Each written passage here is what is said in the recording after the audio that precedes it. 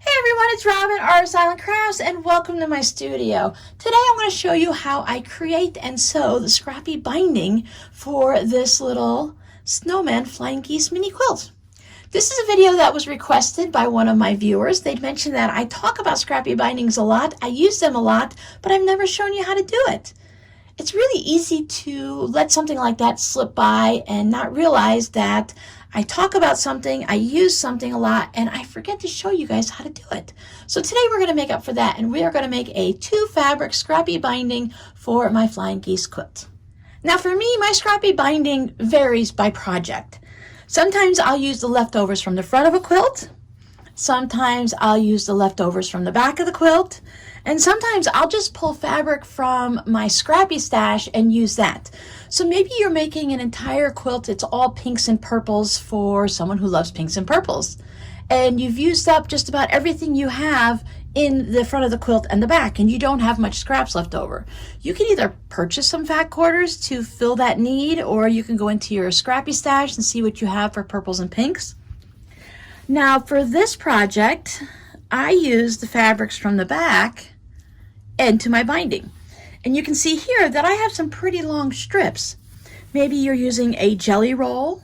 These are all from fat quarters. The fabrics that are in the binding on this project are only in the back of the quilt and they are not in the front of the quilt. But because it's scrappy and I brought in those black and white fabrics, it worked out well with the black fabrics here. For most of my bindings, I do use the diagonal seam, but you can use the straight seam if that works better for you. So as you're working on other projects or you're sorting through your scraps, maybe you want to save some of your scraps aside specifically for bindings.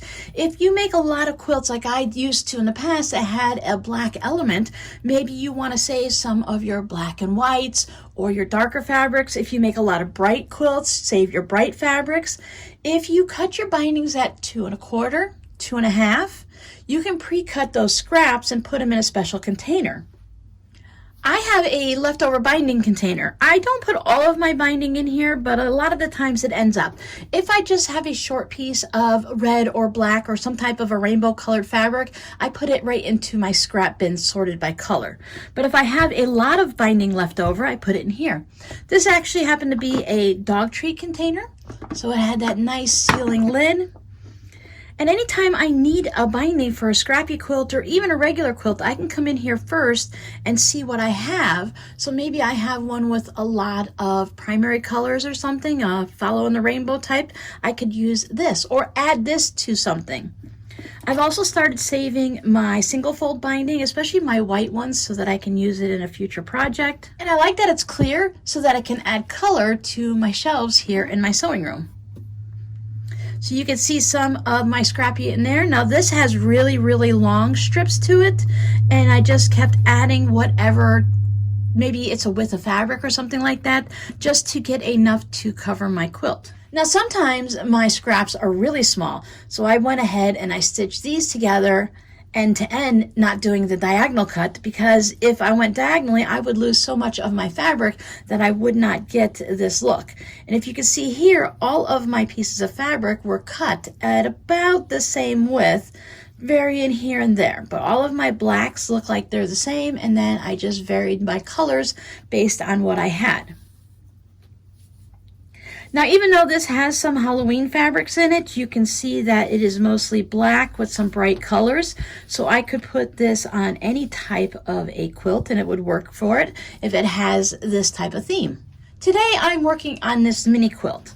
So I have my white fabric and the blue snowman, and the back of my quilt is also the blue snowman. So as I was working on it, I have this left over for scraps. Now, I don't have a lot of white, and they are pretty short pieces.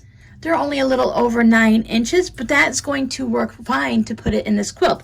As I'm putting my binding around, sometimes I'll have white and sometimes I will have the snowman. Now, of course, I could use all white fabric or all snowman fabric. I have enough of the snowman to go all the way around. But I like to have a scrappy binding, especially with these little smaller projects. This is just a 2-fabric mini quilt. So if I can put both of these fabrics in the binding, I just like the way that looks. Now I plan on using a single fold binding for this quilt. It's a very thin one. It's just a little wall hanging. There's not much to it. So I would prefer to have a nice thin binding. So I will use the single fold process. I'm going to start with my white scraps, and I am just going to square up one side of it. Make sure I'm working with even fabrics. I don't worry as much about the ends because when I go ahead and I sew them together on the diagonal, I'm going to go ahead and fix that up so that it's not crooked or anything. For me, I'm going to do 1 1/4 inches today for my single fold.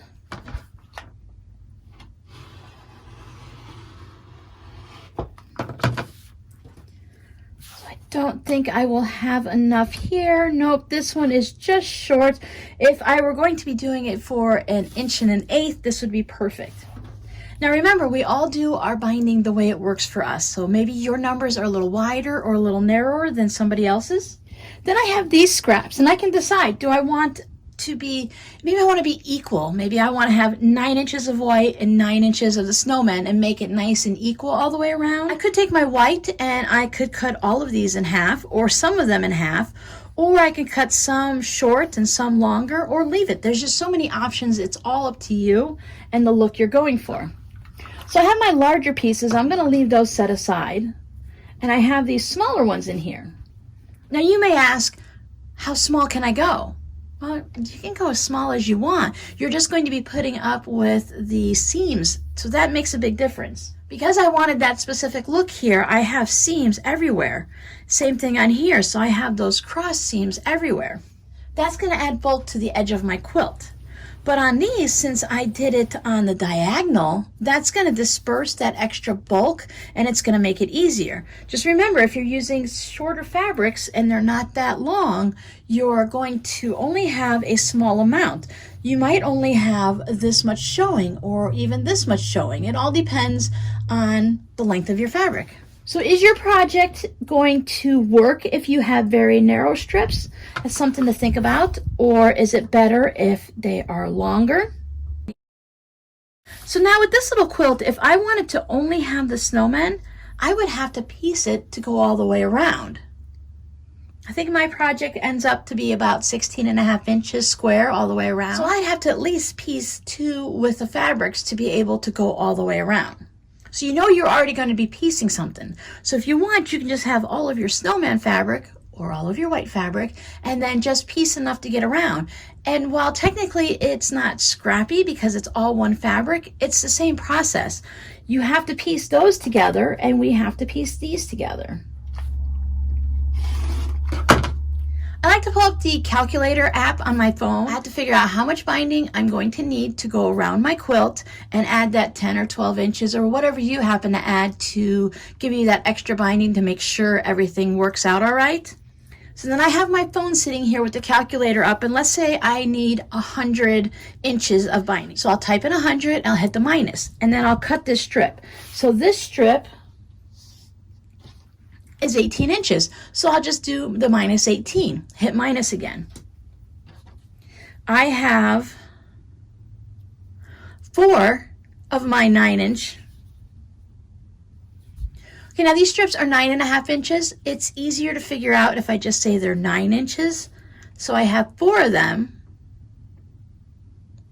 So that's 36 inches. So I'll go ahead and just subtract out the 36 inches. And then my phone will tell me how much I need to do. So I'll keep cutting up my snowman here and figure out how many inches I'm using. And I'll just keep subtracting that from my total that I need until I have enough. And if I have extra, that's okay. I'll just go ahead and use it on the next Scrappy project. Since this is Christmas fabric, I can put it into my Christmas scrap bin, or I can just put it in my binding bin. If you don't want to use the calculator, you can go ahead and just do it on a scrap of paper. Since I'm recording this video with my phone, I can't just lay it down and show you. So So if you happen to have an extra calculator sitting down, you can use that too. So when I lay these out, one of them measures 18 inches and one of them measures 16. Now this one goes a little past, it's almost 16 and a half, but I like to just go down to an even number. It just makes it easier. Plus, when I lay it on the diagonal, if I have to square that up a little bit, it gives me that extra fudge room. So I don't have to come back later and make more binding strips. I'd rather have extra than to have to stop when I'm just so close to finishing my project, having to stop and cut more strips and then sew them on.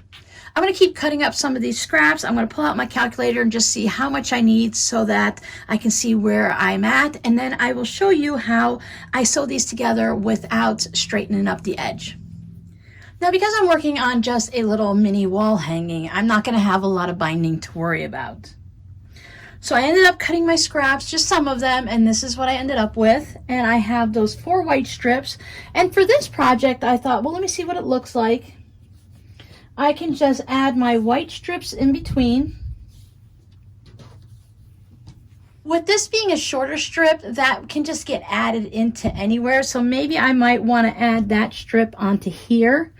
That way, when I stitch them, I will have the snowman at one end and I will have the white at the other. So when it gets sewn together on the quilt, when it goes around, well, full circle basically, this piece will be sewn to this piece. If I were doing a lap quilt or something, I would have more fabrics. Maybe I would have a variety of blues, or I might just have every rainbow color out there. I could just leave it in a pile, just grab one and sew it together. I would probably think, well, maybe I won't put 2 of the same fabrics or 2 of the same colors together. But again, it all just depends on what you're working on. If I have a bunch of strips like this, and maybe I have this snowman and this snowman, I might want to sew them together and make it just a little bit longer. When I take it to the machine, I will have one fabric like this, and I will take right sides together. Now with this white fabric, there's no right or wrong sides, so that's going to be a little bit different. So when I get to these two, I just want to make sure that I have right sides together. To deal with any bit of wonkiness on the ends, I don't square up right down to here when I stitch them down. I like to offset them a little bit. That allows me to see this little divot in there, that little notch, and I can stitch from there to there. I don't have to, no matter how big my binding strips are, I don't have to draw a line or anything because I can just start at one notch and end at the other. Now you can pin this if you want, and you can draw a line if that works better for you. If you want, you can take all of your pieces and square up the ends and make sure they're all nice and even. But for a Scrappy Quilt, I'm just going to lay them like this. And this is another reason, instead of saying my strip was 16.5 inches, I'll just go at 16. Easier to calculate, plus I know I'm going to be losing some on both ends by doing this process. I just keep all of my binding strips next to me, whether they're laid out nice and neat in the order that I want them, or if they're just in a big pile. I have my needle to the center, so I'm going to just do a straight line. I like to stick with a 2.0 stitch length, just to make sure everything is sewn together nice and tightly. Totally up to you. You can change it up with whatever you stitch with. I'm leaving 1/8 of an inch, 1/4 of an inch, whatever. It can be easier to start with a scrap piece of fabric. And then just stitch that diagonal, aiming from notch to notch. Now, if I was sewing one where I was doing them end to end, like the one where I did the blacks and I put it up against the bright fabrics every other, I would probably just sew 2 together at a time. My length is pretty good. I can just take this piece here and I want to flip it so that it's right sides up. And this is the tail from the first strip. I'll just let it go to the back. So I'll take my next piece, again, making sure they're right sides together. Even though the white doesn't have a right side, I want to make sure my binding isn't twisted. So that's why I always take this piece and flip it over to ensure that they're all being stitched onto the same side of the fabrics. Now this piece, I can still do it. It's going to be a little bit tight, but it's not going to be undoable. Remember, this is where I wanted to stitch 2 of the snowmen together just to make it a little bit longer so that I can have a white at one end and the snowman at the other. You can adjust and pin. If this is too tight for you, you can cut your thread and just go on to the next one.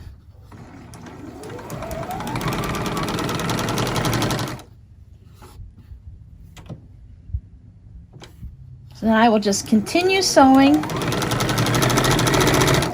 making sure it's always right sides together.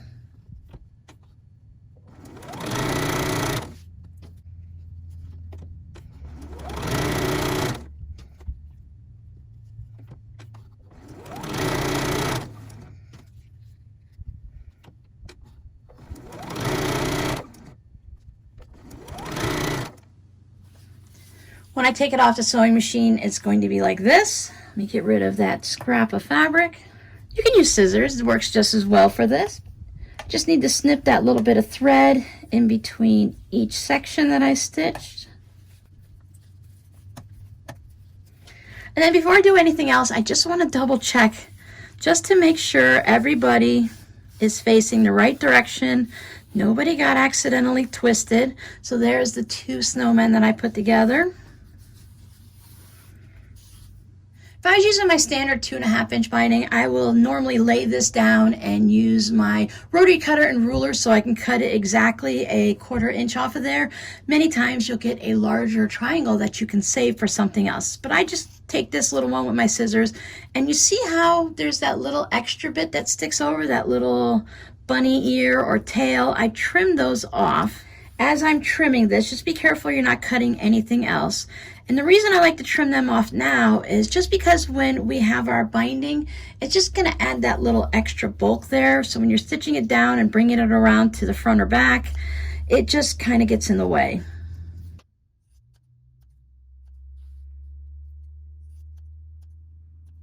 So here is my binding. Now, if I happen to be looking at it and I'm just going through and I decide that that is a long strip of the snowman in between the whites and I want it to be a little shorter, I can always just snip it right here.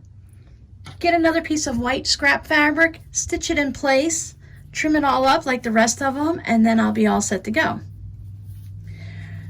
Now for the single fold, I just take it over to my ironing station and I like to press my seams open. It just helps to spread out that bulk a little bit so that when we fold it over, we're not having too much all in one spot. And then we have our nice little diagonal there. So there's my binding all set. Now remember, I wanted to start with the white because the end that has all the snowmen is so much longer. If I started there, I might only end up with this much white or nothing because I have to have that extra at the tail end. Now when I'm making smaller quilts like this, I like to check where my binding is going to end up on the corners. Now I know I'd never do this for a larger quilt. That's usually just a bit too much and things always seem to shift and change for me. But on a smaller project, I can do that. So I'm going to check where my corner might be here. So maybe if I want to have guaranteed all of the white, or I can just put my corner there. I don't need to have all of the white. I don't need to have all of the white in the first section, but I want to have a good amount. So then I will do the little fold and flip. And this isn't 100% accurate. This is just giving me a basic idea of where my seams are going to end up. Now, if I were doing the one with a lot of small bits, I have a good chance of getting the seam in the corner. If I'm using specific length and stuff, sometimes I just have to deal with it. But as you can see here, I'm going to have a lot left over. I made way too much, and that's going to give me plenty, and I don't have any seams in my corners. Now the reason I put a clip here is I've tried just laying it down before, but it always moves. So now I know that I can take this right to my sewing machine. If I'm going to stitch it down on the front, I'm all set to go. If I start by stitching it on the back, which is where I normally do, then I need to do my little test around from the back. So I'll just double check to make sure everything's going to lay good, and I'll go from there. And since now I know that I'm going to be somewhere around here, I can always scooch my white down as far as I can just to make sure I have a decent amount there.